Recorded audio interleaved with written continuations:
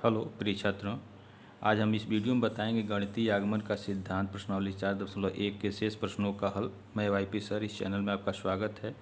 पिछले वीडियोज में हमने प्रश्न संख्या 20 और 21 का हल हमने बताया है, तो उस वीडियो का लिंक नीचे डिस्क्रिप्शन बॉक्स में हम दे देंगे, तो आप उसको वहाँ से पढ़ सकते हैं।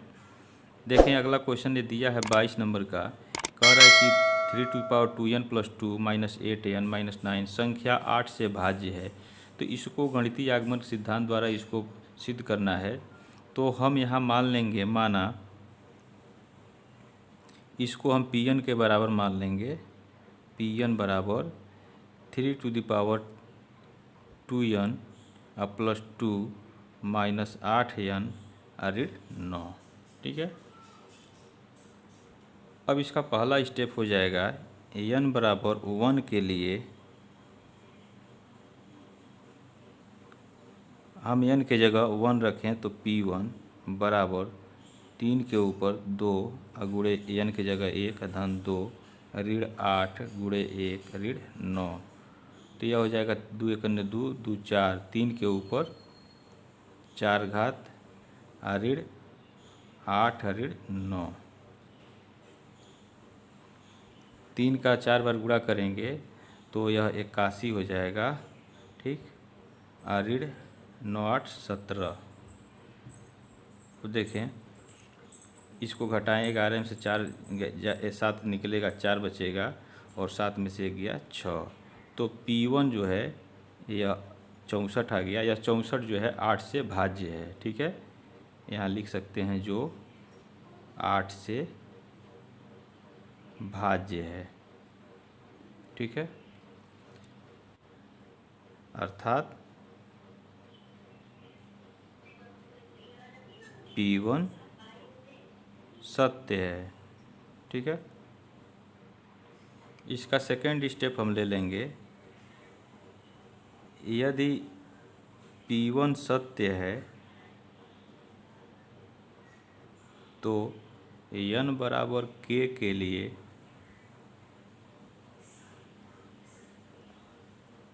Pk भी सत्य है। अर्थात k की जगह हम n की जगह k रखेंगे। यहाँ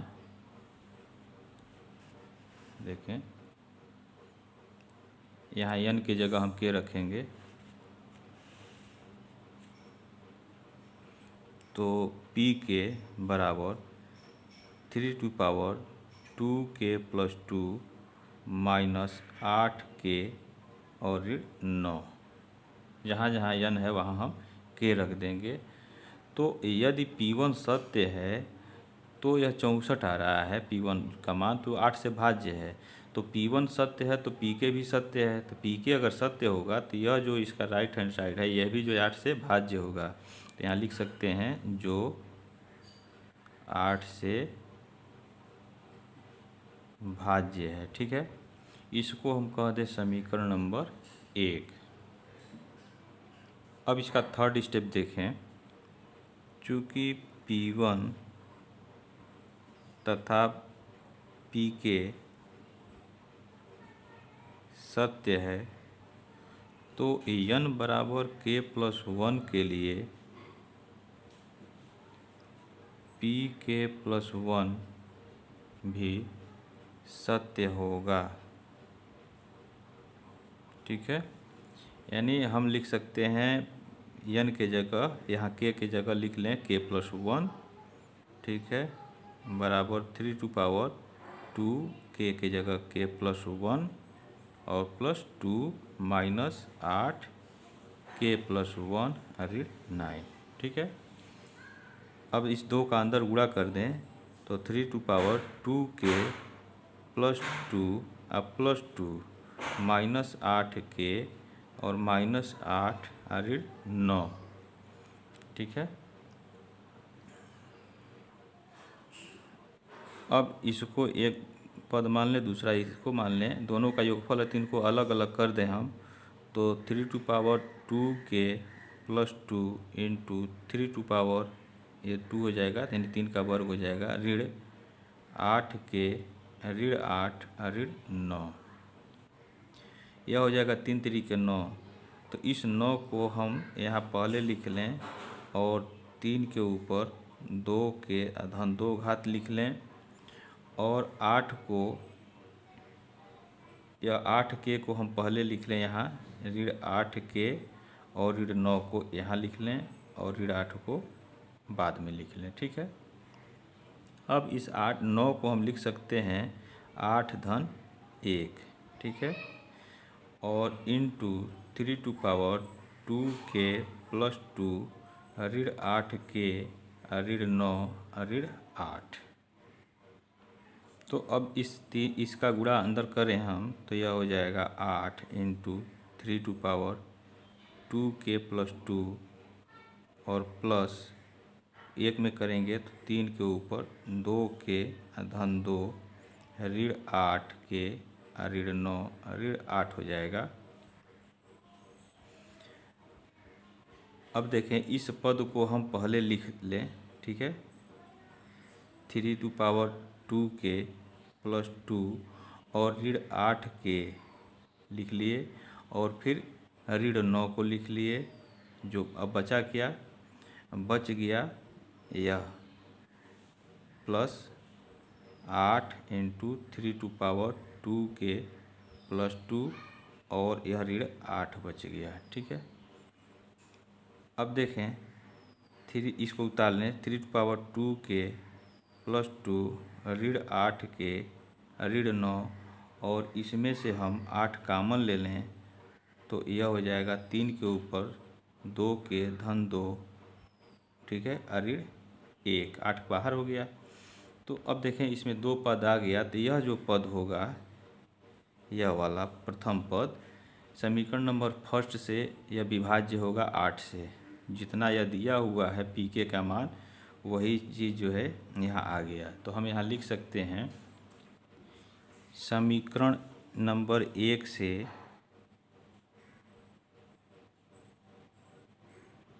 प्रथम भाग 8 से भाज्य है। ठीक है, तथा दूसरा पद, अब देखें यह इसमें 8 का गुणक है तो इसमें भाग करेंगे 8 से तो 8 कटेगा, तो इस तरह से यह भी जो है भाज्य हो रहा है। तथा दूसरा पद 8 से भाज्य है। ठीक है, तो जब दोनों पद 8 से भाज्य हो रहा है तो दोनों पदों का योगफल भी 8 से भाज्य होगा। तो यहाँ लिख सकते हैं अतः दोनों पदों का योग भी 8 से भाज्य होगा। ठीक है, इस प्रकार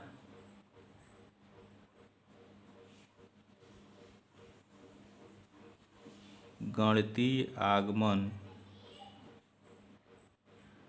सिद्धांत द्वारा प्रत्येक n बिलोंग्स n के लिए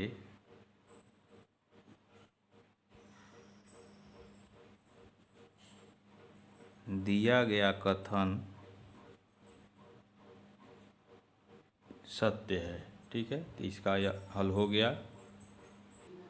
तो इसका अगला क्वेश्चन देखें, दिया 23 नंबर का कि 41 पर n घात माइनस 14 पर n घात संख्या 27 का एक गुणज है। ठीक है, तो इस कथन को हम Pn के बराबर मान लेंगे। तो यहाँ लिख लेंगे माना Pn बराबर 41 पर n घात माइनस 14 पर n घात। ठीक है, अब इसका फर्स्ट स्टेप हम ले लेंगे। n बराबर 1 के लिए तो यहाँ हो जाएगा P1 बराबर 41 पर 1 घात माइनस 14 पर 1 घात। तो यह हो जाएगा 41 ऋण 14, घटाएंगे तो यह हो जाएगा 11 में से 4 गया 7, 3 में से गया 2, 27 हो जाएगा। ठीक है, तो P1 का मान 27 है। जो 27 का एक गुणज है ही है। ठीक है, जो 27 का एक गुणज है। ठीक है, तो हम कह सकते हैं कि P1 जो है सत्य है। ठीक है, तो यहाँ लिख सकते हैं अतः n बराबर 1 के लिए P1 सत्य है। ठीक है, सेकेंड स्टेप के लिए देखें, यहाँ लिखेंगे यदि n बराबर 1 के लिए P1 सत्य है तो n बराबर k के लिए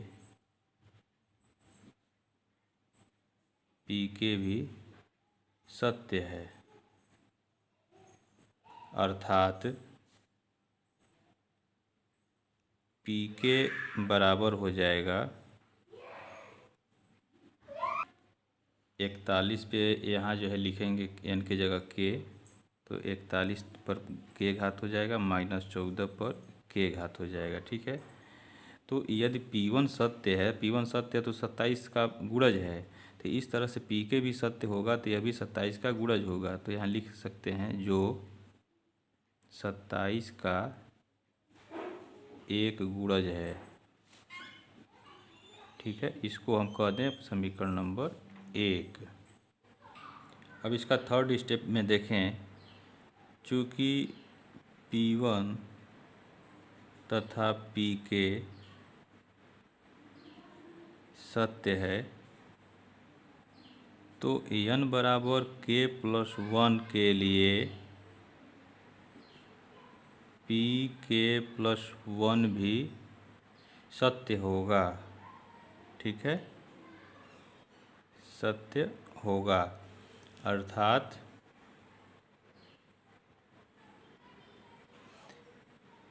k की जगह हम k+1 रखेंगे तो Pk+1 बराबर 41 के ऊपर k+1 -14 पर k+1 घात हो जाएगा। ठीक है, अब देखें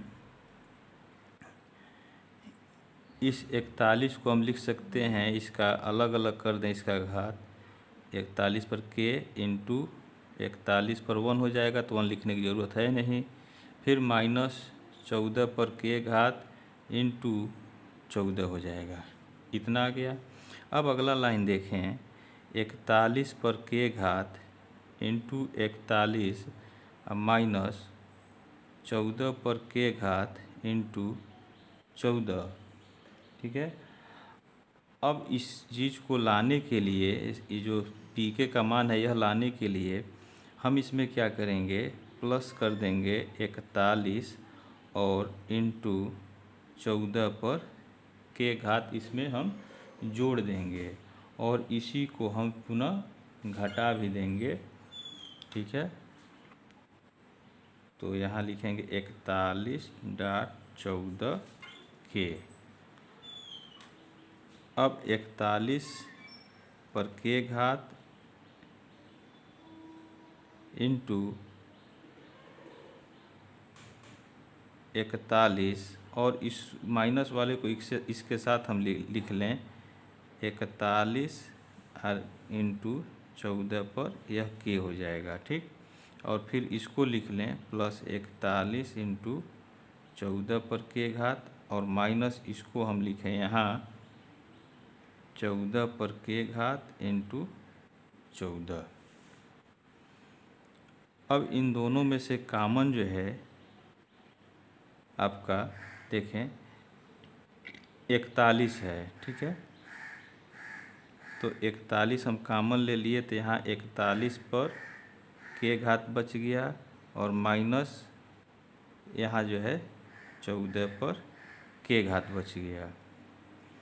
फिर इसमें से हम कॉमन ले लेते हैं 14 पर k घात, तो यहाँ 41 बच गया और यहाँ बच गया -14। ठीक है, तो 41 ब्रैकेट में 41 पर k घात -14 पर k घात और यहाँ से देखें 11 में से 4 निकल जाएगा, 7 बचेगा, 3 में से 1 गया 2, 27 हुआ, तो 27 को हम पहले लिख लें इंटू 14 पर के घात। ठीक है, अब देखिए यह जो पहला पद आया हुआ है यह समीकरण नंबर 1 का पीके का जो मान है यही जो है ब्रैकेट वाला मान है। ठीक है, तो इसका मतलब यह 27 का एक गुणज है, तो यह भी जो है 27 का एक गुणज है। ठीक है, और यह तो 27 इसमें है ही है, तो यह 27 का गुणज है। ठीक है, तो हम यहाँ लिख सकते हैं समीकरण 1 से प्रथम पद 27 का एक गुणज है। ठीक है, तथा दूसरा पद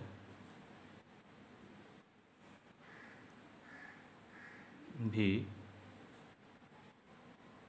27 का गुणज है। ठीक है, अतः दोनों पदों का योग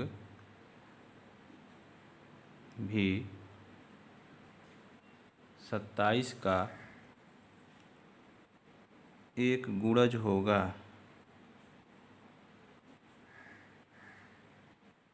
ठीक है, हम कह सकते हैं इस प्रकार, यदि P1 सत्य है, Pk सत्य है, Pk प्लस 1 सत्य है, तो इस प्रकार हम कह सकते हैं कि दिया गया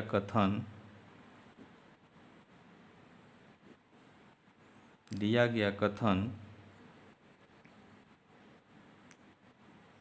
गणितीय आगमन सिद्धांत द्वारा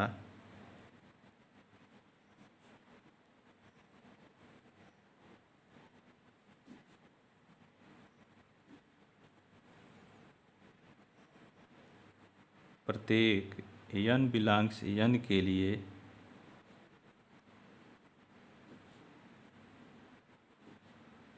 सत्य है। ठीक है, तो इस तरह से यह प्रश्न नंबर 23 का यह हल हो गया। फिर मिलेंगे नेक्स्ट वीडियो में, तब तक के लिए आप इस चैनल पे बने रहें। जय हिंद।